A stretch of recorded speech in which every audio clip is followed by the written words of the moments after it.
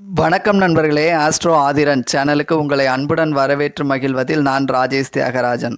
இன்னைக்கு நம்ம பதிவில் மீன ராசிக்காரர்களுக்கான குரு பெயர்ச்சி பலன்களை பற்றி பார்க்க இருக்கிறோம். இந்த மீன ராசிக்காரர்கள் அப்படின்னாலே உங்கள் ராசிக்கு 5ஆம் இடத்த அதிபதி உங்கள் ராசியில் இருக்கிறது தான் மீன ராசி. அப்போது இயற்கையாகவே எப்போ பார்த்தாலும் ஒரு மகிழ்ச்சியாக இருக்கணும் அப்படின்னு நினைக்கக்கூடியவங்க இந்த மீனராசிக்காரர்கள். ஒரு ஸ்ட்ரெஸ்ஸு அப்படின்றது, அதாவது மன அழுத்தம் அப்படின்றது இவங்களுக்கு பிடிக்காது. அதனாலேயே எப்பொழுதும் மைண்ட் ஒரு ரிலாக்ஸேஷன் பண்ணிக்கிட்டே இருக்கணுன்றதுக்காக பொழுதுபோக்கு விஷயங்களில் ஈடுபாடு உள்ள நபர்களாக இருப்பாங்க. இன்றைக்கி தேதிக்கு சொல்லணும்னா ஒரு யூடியூப்பு, ஃபேஸ்புக்கு, ட்விட்டரு இந்த மாதிரி விஷயங்களில் அதிகமாக லயிக்கக்கூடிய நபர்கள் அப்படின்னா இந்த மீனராசிக்காரர்கள் தான் இருப்பாங்கன்னு சொல்லலாம்.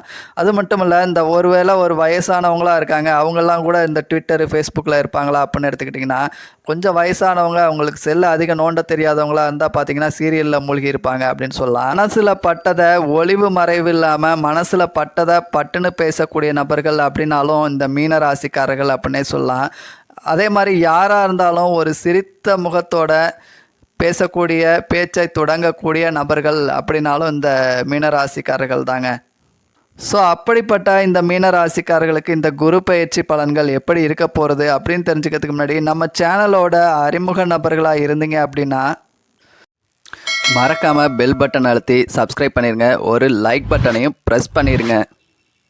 ஸோ இந்த குரு பயிற்சி அப்படின்னு பார்த்தீங்கன்னா, உங்கள் ராசிக்கு 3ஆம் இடத்துல இருந்த குருவானவர் வரக்கூடிய மே மாதம் 11ஆம் தேதி உங்கள் ராசிக்கு 4ஆம் இடமான மிதுன ராசிக்கு பயிற்சி அடைகிறார். உங்கள் ராசிக்கு 4ஆம் இடத்துல வரக்கூடிய குருவானவர் பார்த்தீங்கன்னா உங்கள் ராசிக்கு 8, 10, 12ஆம் இடங்களை பார்வை செய்கிறாரு. ஸோ அப்போ இந்த குரு பயிற்சி உங்களுக்கு எப்படி இருக்கும் அப்படின்னு எடுத்துக்கிட்டிங்கன்னா, இந்த 8ஆம் இடம் அப்படின்றது பொதுவாக கடன், வழக்கு, நோய், எதிரிகளை குறிக்கக்கூடிய இடம். ஆனால் இந்த குரு இந்த 8ஆம் இடத்தை பார்க்கக்கூடியது அப்படின்னு வரப்போ இதை எப்படி எடுத்துக்கலாம் அப்படின்னு எடுத்துக்கிட்டிங்கன்னா, கடன், இந்த குரு அப்படின்றது தனக்காரகன்னு சொல்லுவாங்க. ஸோ அப்போ பணம் அப்படின்னு வரப்போ இந்த 8ஆம் இடத்தை குரு பார்வை செய்யக்கூடிய காரணத்தினால கடன் வருவதற்கான வாய்ப்புகள் இருக்குது. ஸோ அப்போ எதனால் கடன் வரும் அப்படின்னு எடுத்துக்கிட்டிங்கன்னா, வீட்டில் யாருக்காச்சும் ஒரு வைத்திய செலவுகளுக்கான வாய்ப்புகள் இருக்குது. 10ஆவதுக்கு உங்கள் ராசிக்கு இப்போ சனி வேற வந்திருக்காரு. ஸோ அதனால் உடல் ரீதியாக யாருக்காச்சும் ஒரு மருத்துவ செலவு குடும்பத்தில் வருவதற்கான வாய்ப்புகள் இருக்குது. ஸோ இதை எப்படி தவிர்க்கலாம் அப்படின்னு எடுத்துக்கிட்டிங்கன்னா, நீங்கள் ஒரு சுப செலவுகளாக தவிர்க்கணும் அப்படின்னா, ஒரு வீடு கட்டுறது, இடம் வாங்கிறது, இது மூலியமாக ஒரு கடன் வாங்குங்க. நிச்சயமாக கொஞ்சம் ஒரு வைத்திய செலவுகள் அப்படின்றது உங்களை விட்டு விலகி நிற்கும் அப்படின்னு சொல்லலாம். ஒரு மோசடியால் பணம் ஏமாறுவதற்கான வாய்ப்புகளும் இருக்குது. கொஞ்சம் கவனமாக இருங்க. ஏன்னா உங்களுக்கு 8ஆம் இடத்துல குரு பார்க்கிறாரு, அதே மாதிரி விரயஸ்தானத்தில் ராகு இருக்கார். அந்த ராகுவை குரு பார்க்கக்கூடிய காரணத்தினால பார்த்திங்கன்னா ஒரு மோசடியால் பணம் விரயமாகுவதற்கு வாய்ப்புகள் இருக்குது. அப்போது மோசடி நபர்கள் மூலியமாக யாராச்சும் உங்கள்கிட்ட சிரித்து பேசுகிறாங்க, ஒரு அறிமுகம் இல்லாத நபர்கள் உங்கள்கிட்ட பழகுறாங்க, இப்படி ஒரு ஸ்கீம் இருக்குங்க, அப்படி ஒரு ஸ்கீம் இருக்குங்க, இதில் சேருங்களேன், பணம் அப்படி வரும் இப்படி வரும் அப்படின்னு சொல்கிறாங்க அப்படின்னா கொஞ்சம் ஒரு தடவைக்கு 100 தடவை யோசிங்க. இந்த குரு பயிற்சியில் நீங்கள் ஏதாச்சும் ஒரு புது ஸ்கீமு அப்படின்னு சொல்லிட்டு பணத்தை கொண்டு போய் இன்வெஸ்ட்மெண்ட் பண்ணாதீங்க. நிச்சயமாக ஒரு மிகப்பெரிய ஏமாற்றங்களை சந்திக்கிறதுக்கான வாய்ப்புகள் இருக்குது. அதே மாதிரி எக்காரணத்தை கொண்டும் யாருக்காகவும் ஒரு ஜாமீன் கையெழுத்து போடுறது, இல்லை கடன் கொடுக்கறது அப்படின்னு கொடுத்தீங்கனாலும் அதனாலையும் ஏமாற்றங்களை சந்திக்கிறதுக்கான வாய்ப்புகள் இருக்குது. ஏன்னா கடன் கொடுத்தீங்க அப்படின்னாலும் ஒரு இழப்புகளை சந்திப்பீங்க. ஜாமீன் கையெழுத்து போட்டிங்கனாலும் கடைசியில் நீங்கள் தான் அந்த கடனை கட்டுவதற்கான வாய்ப்புகள் இருக்குது. ஸோ அதுக்கு நீங்கள் என்ன பண்ணலாம், தவிர்க்கலாம் அப்படின்னா, நீங்கள் ஒரு கடன்காரனாக மாறுங்க. ஒரு இடம் வாங்கி போடுங்க, இல்லை ஒரு வீடு கட்டுங்க. அப்போ நீங்களே ஆல்ரெடி ஒரு கடன்காரராக இருப்பீங்க. இப்போ யாரும் உங்கள்கிட்ட கொஞ்சம் கடன் கொடு, இல்லை ஒரு ஜாமீன் போடு அப்படின்னு கேட்கறதுக்கு வாய்ப்பு இல்லை. ஏன்னா நானே ஏற்கனவே மிகப்பெரிய கடன்காரனாக இருக்கேன்ப்பா, நான் எங்கப்பா உனக்கு உதவி செய்கிறதுன்னு சொல்லி நீங்கள் கலட்டி விடலாம். இந்த குரு பயிற்சி அப்படின்றது உங்களுக்கு கொஞ்சம் ஒரு சாதகம் இல்லாத சூழ்நிலையில் இருக்குது. ஆனால் அதை நீங்கள் சிறப்பான முறையில் கையாண்டிங்கன்னா நிச்சயமாக ஒரு சாதகமான சூழ்நிலையில் மாற்றலாம் அப்படின்னே சொல்லுவேன்.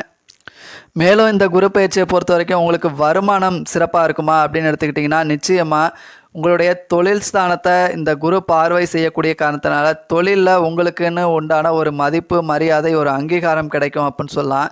அதனால் நிச்சயமாக ஒரு சிறப்பான ஒரு வருமானத்தை எதிர்பார்க்கலாம் அப்படின்னு சொல்லலாம். ஒரு ப்ரமோஷன் கூட எதிர்பார்க்கலாம் நிச்சயமாக.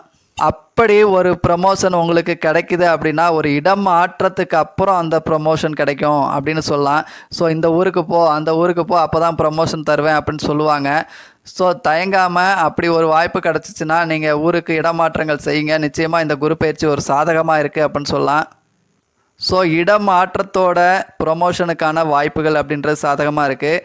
அடுத்ததாக இந்த குரு பயிற்சியை பொறுத்த வரைக்கும் மனைவி பிள்ளைகளுக்கு எப்படி இருக்கும் அப்படின்னு எடுத்துக்கிட்டிங்கன்னா, உங்கள் தொழில் ரீதியாக கொஞ்சம் ஒர்க்லோடு அதிகமாக இருக்கக்கூடிய காரணத்தினால அதில் குடும்பத்தில் யாருக்கான ஒரு வைத்திய செலவுகளை கவனிக்கக்கூடிய காரணத்தினாலையும் மனைவி பிள்ளைகளோட கொஞ்சம் டைம் ஸ்பெண்ட் பண்ணுறதுக்கான வாய்ப்புகள் கொஞ்சம் குறைவாக இருக்குது அப்படின்னே சொல்லலாம். இல்லை ஒருவேளை அவங்களுக்கே ஒரு உடல் ரீதியான தொந்தரவுகளை ஃபேஸ் பண்ணி அவங்களுக்கான ஒரு வைத்திய செலவுகள் பார்க்கறதுக்கும் கொஞ்சம் வாய்ப்புகள் இருக்குது அப்படின்னு சொல்லலாம். அடுத்ததாக இந்த ராசியை சேர்ந்த இளைஞர்கள் வேலை தேடிக்கிட்டு இருக்கோம் அப்படின்றவங்களுக்கு வேலை வாய்ப்பு நிச்சயமாக கிடைக்கிறதுக்கான வாய்ப்புகள் இருக்குது. அதே மாதிரி வெளியிடங்களில் போய் தொழில் செய்வதற்கான வாய்ப்புகள் சாதகமாக இருக்குது. ஏன்னா இந்த குரு பயிற்சி பார்த்திங்கன்னா உங்கள் ராசிக்கு 8, 12ஆம் இடங்களை பார்க்குது. ஸோ அப்போ வெளியில் போனால் தான் வீட்டை விட்டு வீட்டுக்கு சம்மந்தம் இல்லாத வெளியூர்களில் போய் வேலை செய்வதற்கான வாய்ப்புகள் அப்படின்றது சிறப்பாகவே இருக்குது. நிச்சயமாக ஒரு நல்ல வருமானத்திற்கான வாய்ப்புகள் இருக்குது அப்படின்னே சொல்லலாம். அதே மாதிரி மாணவர்கள் கல்வி அப்படின்னு எடுத்துக்கிட்டிங்கன்னா உங்கள் ராசிக்கு 4ஆம் இடத்துல குரு வந்திருக்கக்கூடிய காரணத்தினால கல்வியில் நிச்சயமாக கவனம் செலுத்துவீங்க. அதே மாதிரி நைட்டு இரவு நேரங்களில் உட்காந்து படித்து பாஸ் பண்ணுவீங்க அப்படின்னு சொல்லலாம். ஏன்னா எல்லாரும் பார்க்கக்கூடிய காலங்களில் படிப்பீங்க அப்படின்னு சொல்ல முடியாது. ஏன்னா இந்த 8, 12ஆம் இடம் அப்படின்றது எல்லோரும் தூங்கிட்டு இருக்க நேரம். ஸோ அந்த காலகட்டங்கள்லையும் உட்காந்து படிக்கிறதுக்கான வாய்ப்புகள் இருக்குது அப்படின்னு சொல்லலாம். ஸோ கல்வியை பொறுத்த வரைக்கும் ஒரு சிறப்பான ஒரு சூழ்நிலையில் இருக்குது அப்படின்னு சொல்லலாம். திருமணத்திற்காக முயற்சி செய்கிறவங்களுக்கு இந்த குரு பயிற்சி கொஞ்சம் சாதகமாக இல்லை அப்படின்னே சொல்லலாம். ஏன்னா உங்கள் ராசிக்கு 4ஆம் இடத்துல இருக்கக்கூடிய குருவானவர் குரு பலன் இல்லை இந்த குரு பயிற்சியை பொறுத்த வரைக்கும். அப்போ திருமணமே ஆகாதா அப்படின்னு நினைக்க வேண்டாம். உங்களுடைய தனிப்பட்ட ஜாதகம் தசா புத்திகள் சாதகமாக இருக்கும் பட்சத்தில் வரக்கூடிய வரனுடைய ஜாதகம் சாதகமாக இருக்கும் பட்சத்தில் குரு பலன் சாதகமாக இருந்தால் நிச்சயமாக திருமணம் செய்துக்கலாம். ஆனால் பொது பலன் அப்படின்னு வரப்போ இந்த மீன ராசிக்காரர்களுக்கு இந்த குரு பயிற்சி திருமணத்திற்கான வாய்ப்பு, குழந்தை பாக்கியத்திற்கான வாய்ப்பு கொஞ்சம் குறைவு தான். அடுத்ததாக கூட்டு தொழில் செய்யலாமா அப்படின்னு கேட்டிங்கன்னா உங்கள் ராசிக்கு 8, 12ஆம் இடங்களை இந்த குரு பார்வை செய்யக்கூடிய காரணத்தினால கூட்டு தொழில் அப்படின்றது கொஞ்சம் சிறப்பு இல்லை. தேவையற்ற வீண் விரயங்களுக்கான வாய்ப்புகள் இருக்குது. ஏன்னா கூட்டு தொழிலை பொறுத்த வரைக்கும் இன்னும் கொஞ்சம் இன்வெஸ்ட்மெண்ட் பண்ணால் தேவலாம், இன்னும் கொஞ்சம் இன்வெஸ்ட்மெண்ட் பண்ணினா தேவலாம் அப்படின்ற மாதிரி நீங்கள் மேலும் மேலும் இன்வெஸ்ட்மெண்ட் பண்ணி கடைசியில் ஒரு நஷ்டங்களை சந்திக்கிறதுக்கான வாய்ப்புகள் இருக்குது.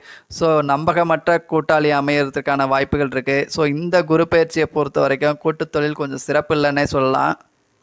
அதே நேரத்தில் குடும்பத்தில் சுபகாரியங்களுக்குன்னா வாய்ப்புகள் இருக்கா அப்படின்னா திருமண வயசில் இருக்கிறவங்களுக்கு சுபகாரியங்கள் திருமணத்திற்கான வாய்ப்புகள் அப்படின்றது குறைவு தான். அதே நீங்கள் உங்கள் குழந்தைகளுக்கு திருமணத்துக்காக பார்த்துட்ருக்கீங்க, இல்லை குழந்தைகளுக்கு ஒரு காது குத்தணும் அப்படின்னு நினைக்கிறவங்களுக்கு இது கொஞ்சம் ஒரு சாதகமான ஒரு சூழ்நிலை அப்படின்னே சொல்லலாம். ஸோ உங்களுக்கான வாய்ப்பு குறைவு. ஆனால் உங்கள் பிள்ளைகளுக்கு குடும்பத்தில் ஒரு சுபகாரியம் நடத்தலாம் தாராளமாக. ஏன்னா ஒரு 8, 12ஆம் இடத்தை இந்த குரு பார்வை செய்யக்கூடிய காரணத்தினால ஒரு விரயத்திற்கான வாய்ப்புகள் இருக்குது. ஸோ அந்த விரயம் அப்படின்றது ஒரு சுப விரயமாக செய்யலாம் தாராளமாக. குடும்பத்தில் பிள்ளைகளுக்கு ஒரு காது குத்துறது, இல்லை பிள்ளைகளுக்குன்னு ஒரு கல்யாணம் அமையிறது, ஸோ இதுக்கான வாய்ப்புகள் அப்படின்றது சாதகமாக இருக்குது அப்படின்னு சொல்லலாம். ஸோ நன்றி நண்பர்களே, இதுவரைக்கும் இந்த மீன ராசிக்காரர்களுக்கான குரு பயிற்சி பலன்களை பற்றி பார்த்தோம். மீண்டும் அடுத்த ஒரு நல்ல பதிவில் பார்ப்போம். அதுவரை உங்களிடமிருந்து விடைபெறுவது நான் ராஜேஷ் தியாகராஜன். நன்றி, வணக்கம்.